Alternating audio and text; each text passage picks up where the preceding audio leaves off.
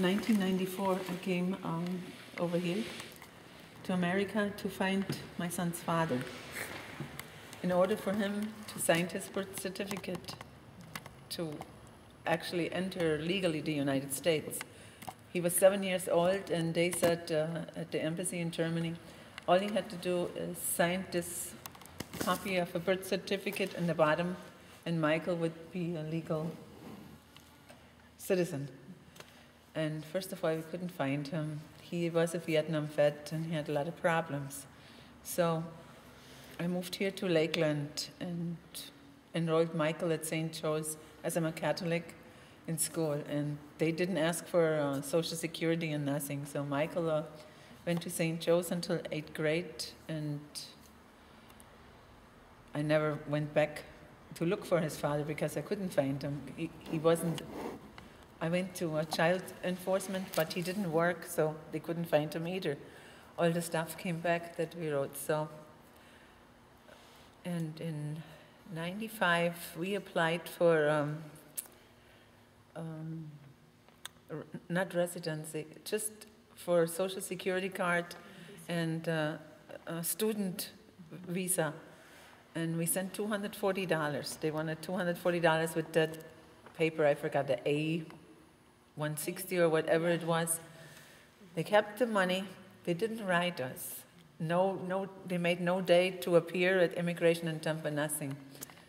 And my other children are all American citizens, so they got together and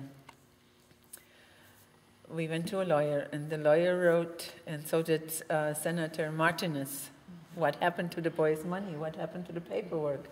They say, well, we denied it, but we lost the paperwork. So meanwhile, Michael is 22.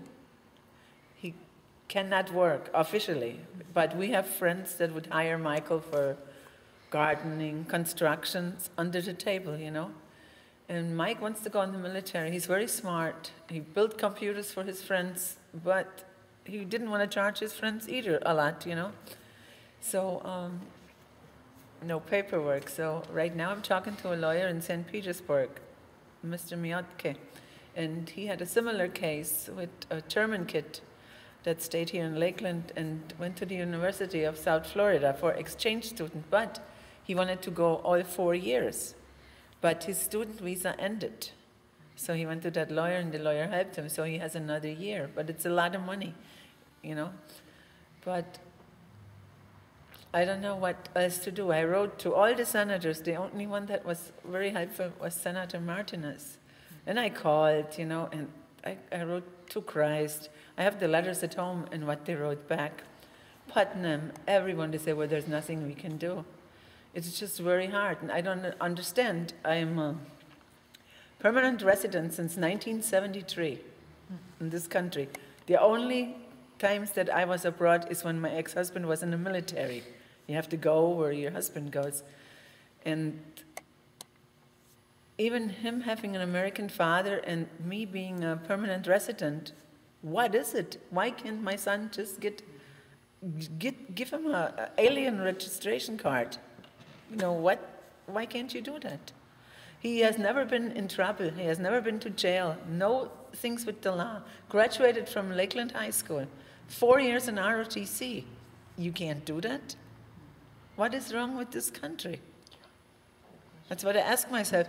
If you were in trouble with the law or something, I can understand that. But he is like a model citizen, like so many other kids.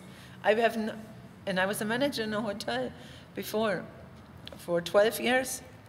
I hired citizens, documented and not citizens, people documented and undocumented, because the people needed money to feed their kids. I didn't ask them, are your papers legal? Well, we couldn't, because you can't do it, you know? And I was always afraid that somebody would come around and just snatch them and deport them. And they had little babies, you know, and their families here, and they grow up here. So why can't you just give these people their paperwork, you know? But no, sometimes you send the money and they keep the money. We never got $240 back.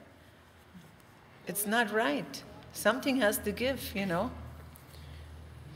And I'm frustrated. My son, so many times I could just sit there and cry.